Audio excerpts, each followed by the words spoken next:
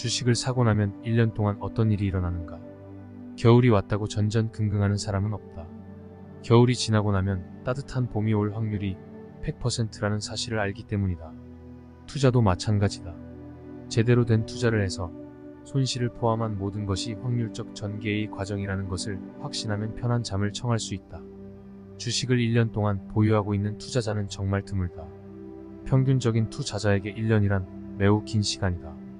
워런 버핏 같은 사람에게는 1년은 상대적으로 짧은 기간이다. 무엇이 이런 차이를 만들어내는가?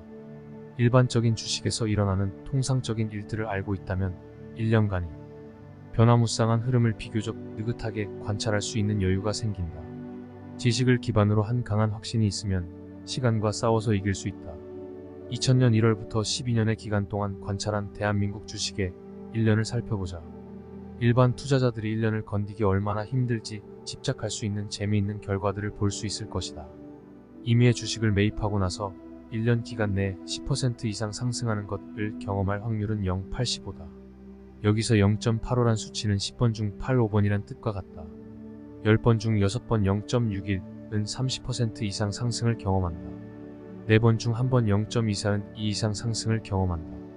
1년 기간에 30% 이상 상승을 경험한다는 것은 1년 후의 종가를 말하는 것이 아니라 1년 기간 동안의 최고 종가가 오늘의 종가보다 30% 이상 더 크다는 뜻이다.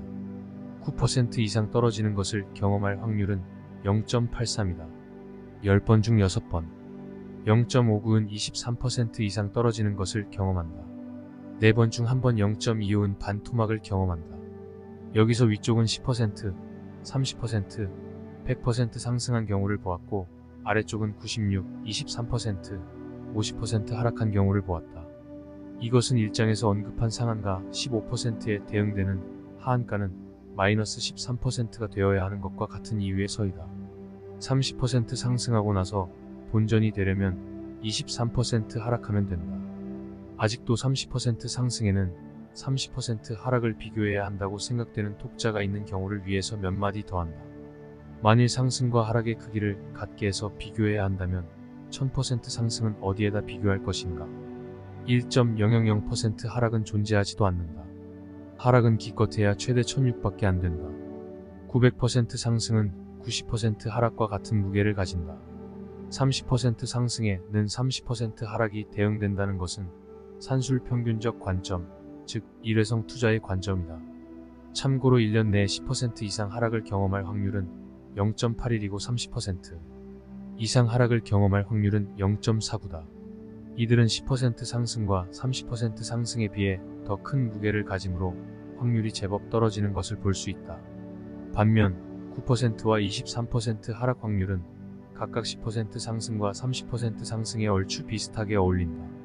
위에서 30% 이상 상승하는 것을 경험할 확률이 0.61이니 꽤 높아 보인다.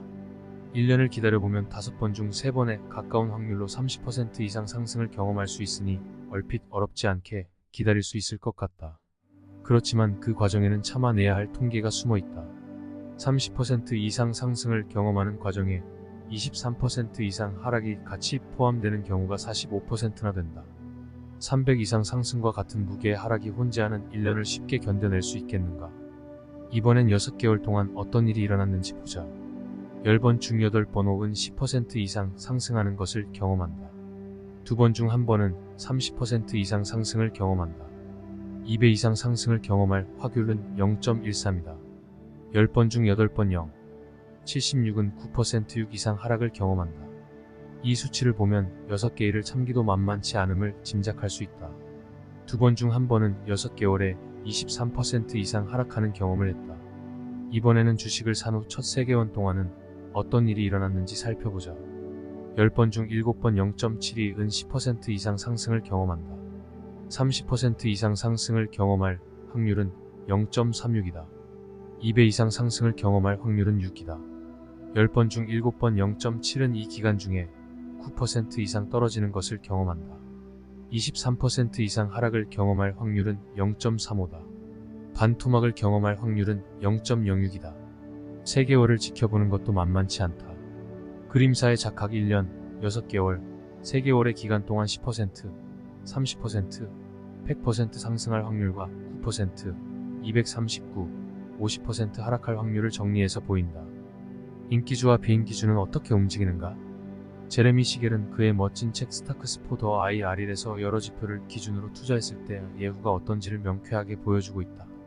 그의 1926년부터 2006년까지의 미국 주식을 대상으로 한 실험을 보면 소형주가 대형주보다 평균 수익품이 놓았다. 1957년부터 2006년까지의 데이터로 한 실험에서는 퍼시가 총액과 순이익 비율이 높은 주식보다는 낮은 주식이 평균 수익률이 높았고 PBR 시가총액과 순자산의 비율이 높은 주식보다 낮은 주식이 수익률이 더 높았으며 배당 성향이 높은 회사가 배당 성향이 낮은 회사보다 평균 수익률이 높았다. 나의 팀에서 한국 주식에 대해서도 유사한 실험을 해보았는데 비슷한 결과가 나온다. 참고로 3장에서는 재무적 지표들이 주식의 수익률에 얼마나 영향을 미치는지 실험한 결과를 소개할 것이다. 여기서는 맛보기로 이들 중 PBR 수치의 높고 낮음을 기준으로 전체 주식을 두 그룹으로 나누었을 때 서로 얼마나 다른 특성을 보이는가를 보도록 하자. 제레미 시겔은 PBR이 낮은 주식을 가치주, PBR이 높은 주식을 성장주라고 정의하였다. 나는 대신에 비인기주, 인기주라는 말을 사용한다. 그리고 주식들을 두 그룹을 나누는 기준은 PBR1을 기준으로 하였다. PBR1 미만인 주식은 시가총액이 장부 가치에 못 미치니 대체로 인기가 없는 주식이고 PBR1 이상인 종목은 시가총액이 장부 가치 이상이니 상대적으로 인기가 있는 주식이다. 내가 실험해본 결과 이 두 그룹은 판이하게 다른 특성을 보였다. 여기서 이를 기준으로 나눈 것은 그냥 편의상 그렇게 한 것일 뿐 얼마든지 다른 수를 기준으로 할 수도 있다. 2000년부터 12년간 우리나라 주식들의 역사적 PBR 중앙값은 0.91이다. 결론부터 말하면 인기주들은 비인기주들에 비해 상승 압력이 훨씬 약했다. 여기에는 이런 단순한 분류로 기대할 수 있는 것보다 훨씬 많은 정보가 포함되어 있다. 다시 조사 결과를 보자. 첫 1년 그림 5의 1년 동안 경험하는 상승 하락 확률을 인기주와 비인기주로 나누어 비교하였다. 10% 이상 상승을 경험할 확률은 인기주 0.82, 비인기주 0.87로 비인기주가 5%포인트 높다. 30% 이상 상승을 경험할 확률은 인기주 0.55, 비인기주 0.66으로 비인기주가 무려 11%포인트나 높다. 2배 이상 상승을 경험할 확률은 인기주 0.18, 비인기주 0.28로 역시 비인기주가 10%포인트 높다. 일관되게 비인기주의 상승 가능성이 훨씬 높다. 9% 이상 하락을 경험할 확률은 인기주 0.88, 비인기주 0.78로 인기주가 10%포인트 높다. 23% 이상 하락을 경험할 확률은 인기주 0.7, 비인기주 0.5로 인기주가 무려 20%포인트나 높다.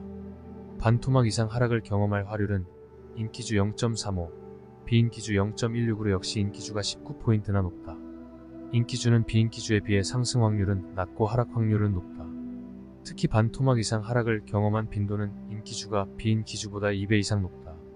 첫 6개월 그림 6에 6개월 동안 경험하는 상승 하락 확률을 인기주와 비인기주로 나누어 비교하였다.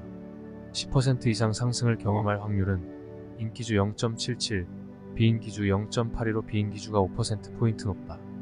30% 이상 상승을 경험할 확률은 인기주 0.45, 비인기주 0.53으로 비인기주가 8%포인트 높다. 2배 이상 상승을 경험할 확률은 인기주 0.11, 비인기주 0.15로 비인기주가 4%포인트 높다. 비인기주의 상승 가능성이 일관되게 높다. 90 이상 하락을 경험할 확률은 인기주 0.84, 비인기주 0.73으로 인기주가 110포인트 높다. 23% 이상 하락을 경험할 확률은 인기주 0.59, 비인기주 0.4로 인기주가 19%포인트나 높다. 50% 이상 희락을 경험할 확률은 인기주 2, 비인기주 0.09로 인기주가 2배 이상 높다. 인기주의 하락 가능성이 훨씬 높았다. 이 수치들은 시장에서 대중에게 관심을 많이 받는 주식들이 상대적으로 예후가 좋지 않다는 것을 보여준다. 위의 실험들은 각 기간 내의 상승이나 하락을 경험할 확률이다. 즉, 그 기간 내의 종가 기준 최고가와 최저가에 관한 것이다. 참고로 그림 7에 정확하게 3개월 후, 6개월 후, 1년 후의 평균 상승폭을 정리해 두었다. 인기주는 3개월 후, 6개월 후, 1년 후 상승폭이 각각 평균 마이너스 1.71%, 2.9%, 4.8%로 모두 하락하였다. 반면 비인기주는 3개월 후, 6개월 후, 1년 후 각각 평균 6.1%, 12.7, 23.5% 상승하였다. 차이가 나도 많이 난다. 다른 특별한 이유 없이 인기가 있다는 것만으로 종목을 선택하는 것은 확률적으로 틀린 것이란 것을 할 수 있다. 여기서 비인기주의 1년 평균 상승률 23.5%는 산술 평균이니 복리 수익이 아님에 유의하라. 즉, 여러분이 비인기주의 1년 단위로 투자를 반복한다고 해서 복리로 연평균 23.5%의 수익을 얻을 수 있는 것은 아니야.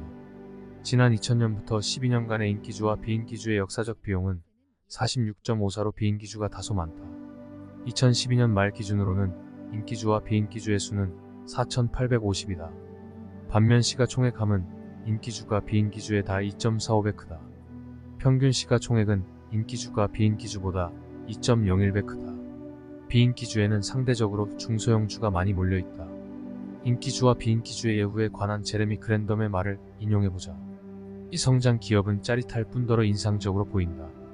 이런 주식을 보유하는 것은 당연해 보여서 경력 위험 전문가로서의 입지가 흔들릴 수 있는 위험도 거의 없다. 결과적으로 이들은 지난 50년간 연간 1.5% 정도씩 시장 수익률을 하회해왔다. 반면 경력 위험과 낮은 펀더멘털 수준을 보상하기 위해 가치주는 연간 1.5%씩 시장 수익률을 상회해왔다.